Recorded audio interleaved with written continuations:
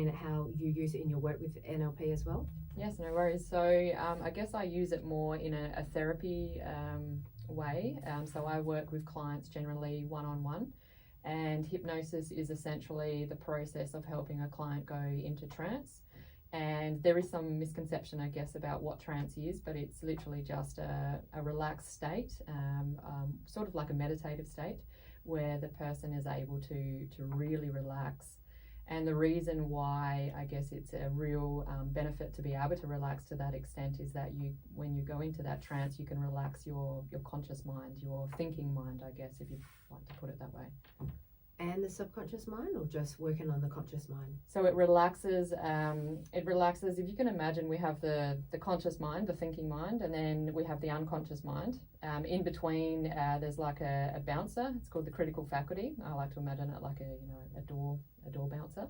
And when we go into trance, we just ask that bouncer to move out the side so that we can access all of our memories, all of our emotions, everything in the unconscious mind. So it's just easier to access everything that's back there. And there's a lot back there. There is a lot back there. The unconscious mind is said to have an infinite memory, so everything is back there. Everything, even some things people can't remember. Yes. You know, like things that have happened to people they can't remember, or they block it out. Well, that's right. So I work with, as I said, I work with clients one-on-one, and often, during hypnosis, going back to memories, clients will often go back to memories when they're a baby or even in the womb, and depending on your belief, it could even be further back, so ancestrally as well. So yeah, memories. I love that. Yep.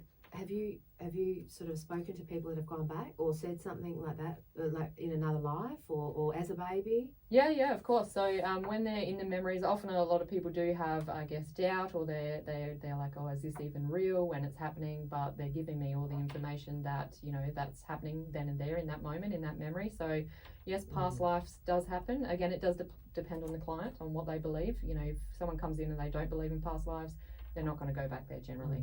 But if they do, and they're open to it, they may go back there, and it's whatever the client needs to help them shift the emotion or the belief that they need to shift. That's what we'll do. That's so fascinating. And it's also fascinating how you say you can go back to in the womb.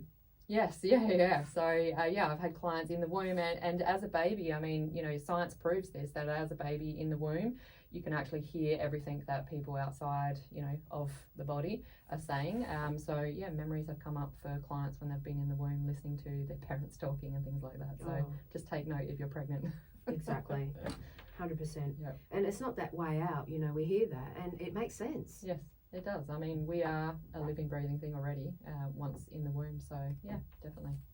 At what age, at what weeks in the womb would the human baby be able to understand? Do you think around 4 months or 7 months? I wonder. I don't know if you've come across any research. Well, I don't actually know, I guess, the real science behind that. But when I've had clients go back in the womb, it is probably towards the end of, being in womb when they're about to be birthed. So, yeah, I'm not sure. Fascinating. So the people some of your clients have been dealing with what? Weight loss, smoking, to want to quit smoking? Yes. Yep. So yeah, I work with clients who want to lose weight. So often with losing weight or quitting smoking, there's underlying reasons why people can't easily do it, and often emotions come into play too. So if you think about losing weight, often people will emotionally eat. So we need to deal with, I guess, the emotions that are causing them to eat. I also work with clients around gaining confidence and realizing and really knowing their self-worth. So really knowing that they're worthy and good enough as they are, which is a huge thing for many people. Also work with people to heal past traumas and things that have happened during childhood or as they grow up through life. Yeah, there's a lot of that, isn't there? You even see, I was watching a movie recently, and I think it was Sandra Bullock said something about, the childhood trauma, and you see it in movie themes too. It's the part of the human condition, isn't it? Of course. Saying that, or she was saying something like all kids are angry with their parents because they blame their parents. Why didn't they do it this way? Why didn't they do it that way?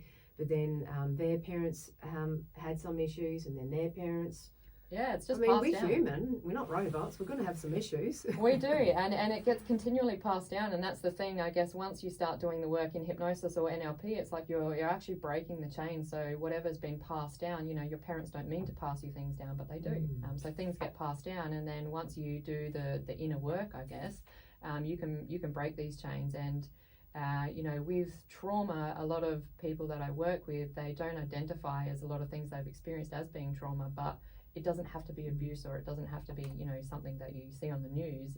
Trauma can be, you know, anything and everything that has affected you during your childhood. Yeah, that's right. And it is. I did see someone on Instagram make a point about being human. It was some motivational speaker, and they said being human is, in itself, not, what was the word? Was it traumatic or something like that?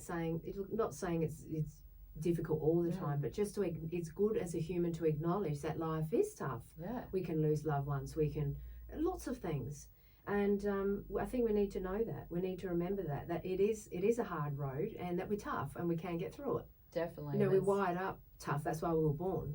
We can get through it. That's right. So there's always going to be ups and downs, and I think many of us think that we have to always sort of be in the ups, but the reality is that we have to be in the downs too.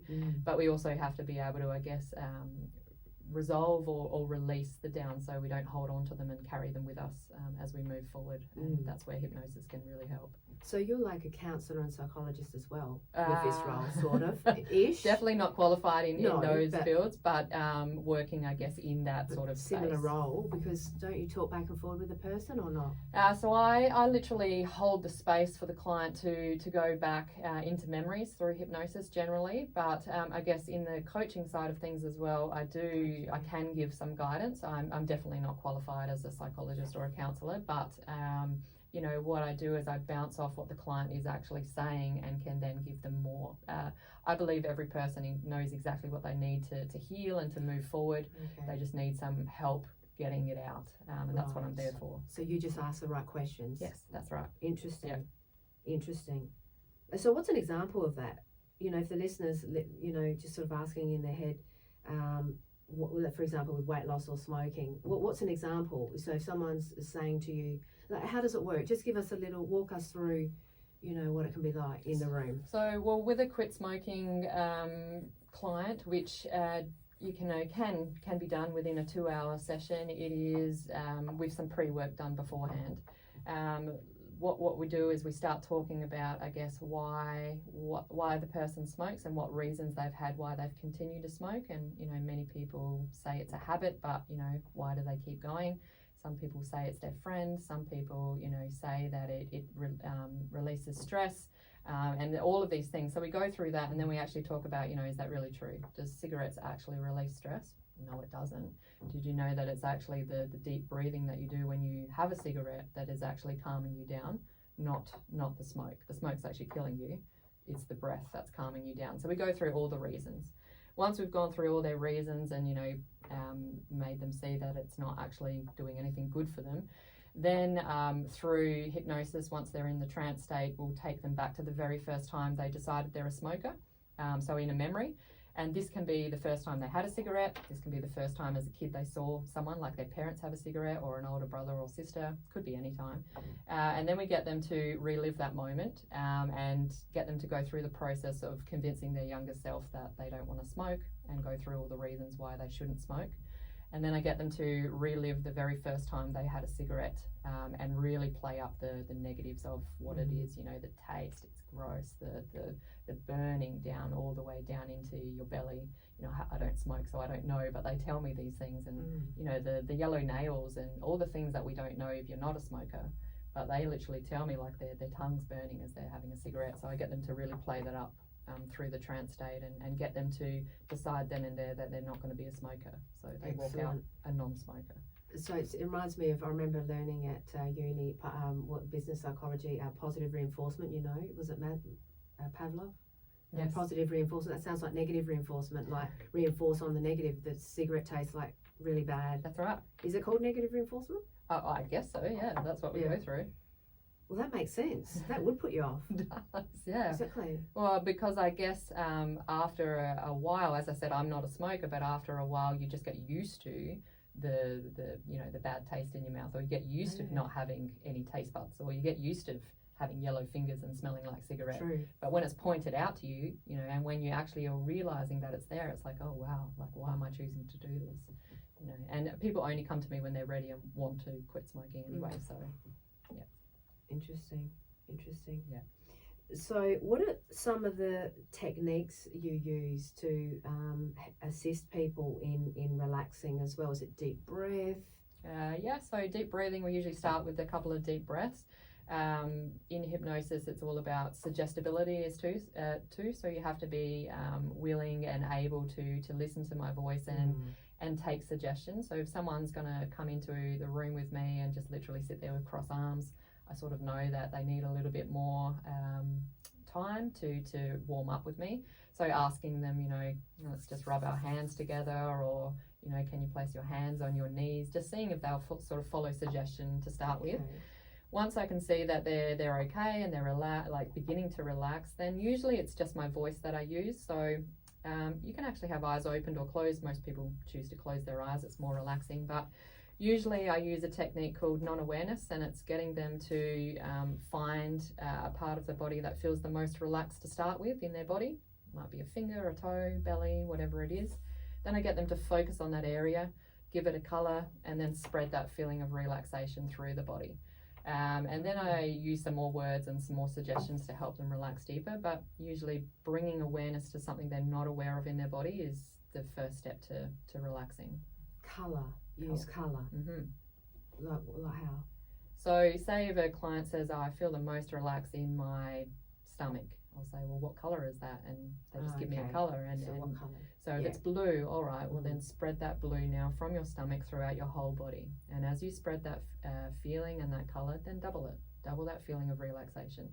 And because they're already beginning to relax just by hearing my words, they do just let themselves relax even deeper. And sometimes it takes a little bit longer than that. Other people just literally, go straight into a beautiful relaxed state. So they're not asleep? Because people are scared of that with hypnosis. They're scared they're going to fall asleep and, Yeah, no. So they, as I said, eyes can be opened. You're definitely not asleep. You're fully aware. And I do ask you to constantly be talking to me during that. Good. So, that's reassuring. There's no chance, if you did fall asleep, I would have to wake you up because it's not going to work anyway. Exactly. So there's no chance that you'd be sleeping through a session. You are very much aware. They're engaged. I guess when you go into trance, it's like you're aware of what's happening in the room, even if your eyes are closed, but you're also aware of what's happening in your memories. So you've got this sort of split awareness. Wow, so powerful, isn't it? Yeah. The mind. Yeah, I know, amazing. The mind, yeah. What about medical hypnosis? I sort of came across that when I was sort of looking into this topic, and hypnosis can help improve deep sleep, it was saying. Yes. Can ease symptoms of irritable bowel syndrome, can help with hot flashes, if any women are getting hot flashes, and the husbands tell them it's all in the mind, like, maybe my husband said that. He said, oh, can't you just breathe through it? He says, well, just think positive. And I got really upset with him. But then when I read this, and it said that hypnosis, they did a study, and these women, the hot flashes was reduced because of the hypnosis and visualization, and it worked. So he's right, it is in the mind. You can, not in the mind, we're not making it up, but we can. You can control reduce the and symptoms. reduce it. Yeah, definitely. So I haven't worked with hot flushes yet, but I've worked with a few clients around sleeping. I guess what my beliefs are is that the body gives us symptoms, signs and symptoms to show us what maybe we need to tend to, or that we need to change something in our life. And that can come out, in irritable bowel type syndromes, that can come out in a hot flush, that can come out in a headache. But often when I work with clients with body stuff, it's looking at underlying reasons again and releasing either the emotion attached to, initially what caused it. But you can do, more simple things such as pain techniques. There are hypnosis pain techniques that can literally turn your pain down depending on what you're experiencing. But always suggest that you see your doctor and things like that beforehand, before trying this type of thing, just to make sure just if you've got pain and if pain's in your body for a reason, we want to know what it is before we turn the pain down. So if it is something that you've had, and it's long term, chronic pain, for example, is a huge one that I can work with clients with, because you've probably gone through all the doctors and all the tests and everything, Yeah. and it's still lingering. So what is it? Why is the pain there? The body's telling you need to do something else. So definitely. And it could be emotions as well, holding on to pain. Yeah, for sure. I believe suppressed emotions are the root of so much body dysfunction and pain in the body. Yeah. There was a lady who wrote a book. It was a colourful book. Now I can't remember her name, but I don't know if you've come across. It's got all rainbows on it. It's some famous lady in America. She wrote a Louise book. Hay? Yeah. Yeah. You know the book Yes. with all the colour. Heal your life, heal your body. Oh, Yeah. beautiful. Yeah. It's Amazing, one of my isn't Bibles. it?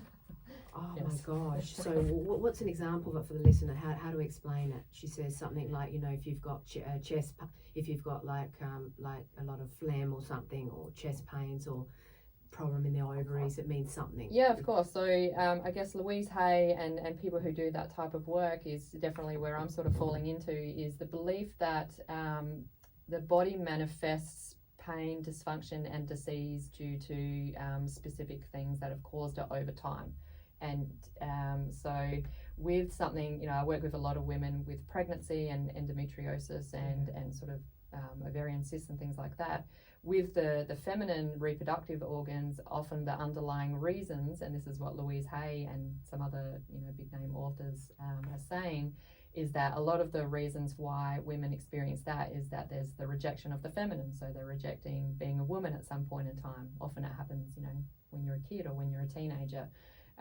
There is also fear of rejection from men can cause that type of thing. There's also emotions linked to being a woman. So they're the type of reasons why endometriosis and things like that underlying.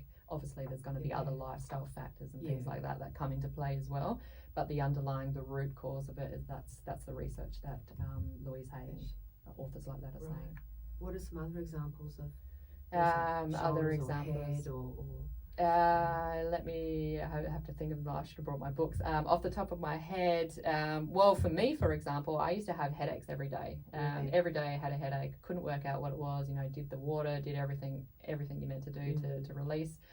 For me, I believe it was just a whole lot of suppressed anger and frustration. So through doing the own work, I've been the client many times. I no longer get headaches. So I think I had one last week, the first one in almost 2 years. So. Whereas every day I had a headache, and I was possibly one of the deep down angriest people. Yeah, right. Underneath, not on the sometimes on the surface, but yeah. It's interesting because we do hear a lot of people have headaches and they don't know why. Yeah, and I mean there may be other things too, but yeah. I know some people that are the same, have headaches. Yeah. Can't get rid of them. They might be angry. Yeah, I know one of them is angry and she knows she's angry, and that's understandable. It's a natural human emotion, but there's reasons for it. Of course. But we just need to acknowledge it and then we can move on. Of course. The other big one that there is actually a lot of scientific research behind it is depression. So depression is becoming more and more common, I guess, in today's society. And what's been shown through a lot of studies is that before someone was diagnosed as being depressed, they were actually a very angry person. But their anger got them nowhere. And then all of a sudden they hit a point where it's hopeless. They feel like, it's hopeless. They can't get anywhere with whatever they're angry about. Yeah. So then all of a sudden the anger disappears and they become sad and they move into the depressed state. But it doesn't mean they have to stay there. It's like, well, okay, so let's work on the underlying reasons. Let's work on the underlying anger, what you were angry about in the first place, and then once you shift that, the depression naturally begins to shift. And you know what? It's okay to be angry. I think people over the decades have been scared to say they're angry, or it's a scary word. Anger is like the mean monster, scary word. It's not. We shouldn't be afraid of our emotions of anger. No, of course. And many women that I work with is like, it's actually, they tell me they don't get angry. Actually, anger is very normal, but it's just that they, I guess we've all been conditioned, particularly as women, to think that anger is not good or not accepted in society. And if you're going to be angry, you're going to be seen to be that crazy woman out in the street yelling or whatever. That's me in my backyard yelling at my kids, but like anger is normal. You're allowed to be angry. It's just how you express it in a safe way, as long as it's done safely and not at the detriment to someone else. You don't want to be bringing violence or something in. Of course, there is a difference. Anger and violence are totally separate. But I guess that's what we associate anger with, is when people become violent. It's not always the way. You're allowed to be angry. And you know, I know women that also say, you know, anger isn't like a feminine thing, you know, feminine trait. We're going back now to our grandmother's day and our great grandmother's day. You know what I mean? Like, I mean, even my grandmother, my mother's mum, she sort of brought my mum up saying, you know, when the husband's upset, you know, don't say anything, that sort of thing. That's how my grandma was with her husband. You know, she said to have the vacuuming done before he gets home because he's had a hard day, and the vacuuming being loud will upset him. So do the vacuuming when you're at home, being the homemaker, the housewife. Be dressed nice when he gets home. If he's angry, don't bite back. Just listen, give him his food. And I thought, wow, so interesting. If you said that to the modern woman out there, they'd probably have a fit. Yeah, so that, I guess that's the suppression of women right there, isn't it? Right. And we're moving away from that, but we're still a little bit in that, unfortunately. And we can pretend we're not, but we are still in that. So women are still suppressing to a certain point their emotions and still doing things, you know, at home and still behaving in ways, I guess, that we're moving, but we haven't moved completely yet. Yeah. And in saying that, there are roles for women and roles for men. You know, we can still acknowledge that respectfully. Yes, of because course. Women and men are different, like we were saying before we went on there. Men and women are wired up different. You see that with your clients. Women respond differently to men. Yes. We are different. Yeah, definitely. Yeah, so definitely. And I think, you know, it's okay to acknowledge that women and men are different, because I think often, you know, and I used to be like this. I used to think I have to do everything like a man or be everything like a man just so I can keep up. But actually, no, we're different. And, you know, it's accepting that we are different. And as I said, I generally work with women, but I have worked with men as well. And they do respond differently. Men respond differently in these situations. And when I have worked with men, it's actually quite fun because they're a little more matter of fact. And it's like, oh, wow, yeah, I just did that. And they know that they can do it. Whereas I have to be a little more nurturing and a little more maybe even sometimes forceful with women to get them to relax and you know that they can do it, because we're so used to sort of second guessing ourselves as women. And, you know, some men do as well, but that's just my experience so far. So how would you explain, like, the mind map of a woman? Have you noticed that women are sort of more in detail to men? We often hear that too. You know, women, there's more going on. There's more detail, what ifs and analytical things. And men more sort of see things more as they are, but women go deeper. How would you explain it from working with men and women? Well, I guess just from working with the women, it just seems like, and, you know, being one myself, it's like we seem to have many tabs open and feel like we've got many responsibilities pulled in many different directions. So women's minds are often thinking about what they have to do for everyone else quite often. You know, whether that's a good thing or not, sometimes it's not. Men seem to be able to focus on one thing, well, this is my experience, one thing easier at a time. So it does help them during hypnosis and this type of coaching, because they're able to focus just on that one thing at a time. Whereas women have, you know, all this stuff going on that they need to rein in and just focus on themselves, actually. Yeah. Do you think, though, the roles of men have changed to become more like the roles of women, in the sense that men also want to make everyone happy too? Like, they want to make the kids happy, they want to make the wife happy, they want to make the mother-in-law happy, their mother happy, you know? Because you see that crossover. I see that with my husband. He wants to make everyone happy. My brother wants to make everyone happy. You know what I mean? Yeah, of course. I think it's just the way we're all wired as human beings, isn't it? We just want to please others, I think. Please. But the key is to really, I guess, please yourself first, and that goes for men and women. It's like, we need to know we're good enough, we need to know we're worthy, we have to look after ourselves. Self-care and self-love and acceptance is huge for both men and women, and once we've got that, that's when we're better able to care and look after other people, whoever they are. So what message can you give listeners about self-worth, self-care, self-love, and that sort of things? Just some tips to take away. Yeah, I guess, well, just from my experience, nearly every person I've worked with has had some untrue belief about themselves, that they're either not good enough or not worthy. It's unfortunately, you know, how we grow up. It's what we sort of are wired to start thinking about ourselves in some way, shape or form. And I guess it's just about knowing that you are worthy and you are good enough. The way in which you can start to shift that is start paying attention to the self-talk that goes on in your head. And quite often, you know, we have negative self-talk. We're very mean to ourselves. We're very unkind. But if you were to say what you said in your head out loud to someone else, it actually, you probably never would, because it's so mean and so unkind. So start to notice the things that you're saying about yourself in your head, and start to change what you're saying about yourself. Like, actually start, if you're saying things like, oh, I look fat, or I look, I don't know what it is, what people say, I don't look nice, or I've got big thighs, or whatever it is, change it. Like, stop saying that and actually make the effort to start changing it. The more you practice it, the more easier it becomes, until one day you're actually just a lot kinder to yourself, and you can realize that you are good enough just as you are. So it all comes down to the self-talk. Yeah, I remember that in the 90s, in the late 90s. Remember, they used to sort of, I don't know how, you're probably much younger than me, but they used to sort of put things on the fridge, pictures of the body that people want, a woman in a bikini, and then cut the photo of their head and put it on top, and things like that. Put positive messages around the house. I know that was a big thing in the Tony Robbins days. Yes, yeah, definitely. Just putting positive things around. Open the fridge and put good things in there. Like good images, or say you don't need that cake, or you're fit and healthy, you really want to eat this apple, not this cake. Of course. Trickery. I think positive affirmations are the way. I guess it's just about not shaming yourself or feeling bad about, if you do go and eat the cake, well, you've eaten it, who cares? Yeah, now it's all good, just move on and do something else. So more focusing on positive and, your own body shape. So put your own photo up there and look at it every day and say, I look good today, I look healthy, that type of thing, rather than someone else's body. That's right. that you're striving to be. Remember that. You can still strive to be healthy, but, accept and love your body for what it is. Doesn't have to be, what was it, Pamela Anderson in Baywatch? I know that was in sort of lots of movies, have her image there, people wanting to lose weight. Very unrealistic. Very. That's it. Oh, so your book, before we finish off, let's just talk about your book, The She Within, a guide to help you rediscover the confident, sacred woman within. Beautiful. Where can we get this book? It's on Amazon at the moment. So Amazon, I think it's easiest available on Amazon Australia, so .com.au. There will be a few local places stocking it eventually. I've just been told one at Summerfall, my favourite shop, will be stocking it, Binding Energies. But Amazon at the moment, I'm not sure if it's easily to find by searching for it at the moment, but people are welcome to contact me if they want to buy it. If you can hold that up again. Of course.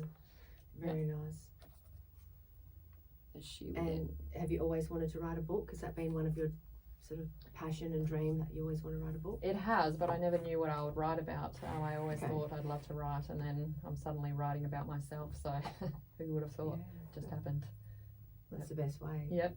Isn't it? Yes, what you've learned, and what sort of things are in there? Just give us a little teaser. I guess it's it's my journey, but also tips and tricks to help you, I guess, awaken to, I guess, the worthy, confident woman that you are within. And this book is targeted towards women. I guess if a man wants to read it, you just have to take it as with a grain of salt, that it could be, for a man as well. But just the little things that I've done along the way to help me, I guess, shed some of the layers of emotion, of some of the stuff, the upbringing, all of that type of stuff. So it's got some activities in there, it's got affirmations, it's got some questions that you can ask yourself. So so people can relate to it. People can relate to it, and you can use it like a book that you can, the more you put into it, I guess the more you get out of it with the activities and things like that. Okay. Excellent. Thank you. Anything else you'd like to say to our listener before we wrap it up? Where can people come and see you, your clinic? Can they book you? Well, I am actually just moving, yes, but if anyone's interested in reaching out to me, I do have a website. It's just rihannaroach.com.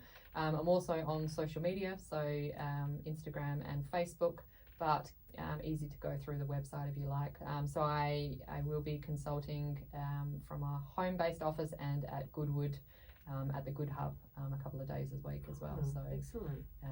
So they can find me there if they like. But if you are interested in a session, please book in advance. Just it's easier that way. Excellent. And things are sort of settling down now with the past few years of people with COVID and things like that. Yeah, and things are getting back to normal. You can see people face to face. People aren't cancelling as often. Most people like face to face with hypnosis, but it does work just as well over Zoom. Oh, so you can actually do them. Yeah, because I consult with people. I can consult with people Australia wide. I've had even worked with someone overseas. So it works just as well as long as you've got a good internet connection. Happy to work over Zoom. That's right. Yeah. That's right. Okay, well, glad we mentioned that in case someone could come in, or you can talk to someone interstate overseas, like you said. Excellent. All right, Rihanna, thank you so much. Beautiful. Thank you, Bianca. You're welcome. Thank you. Perfect.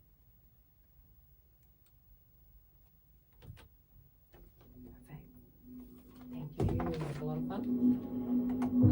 Excellent. Perfect. Thank you so much. No worries. Thank you. I enjoyed that. So this is. You can have that. Oh, thank you. No worries. Thank you. So if you want to say goodbye here. See you later. Thank you.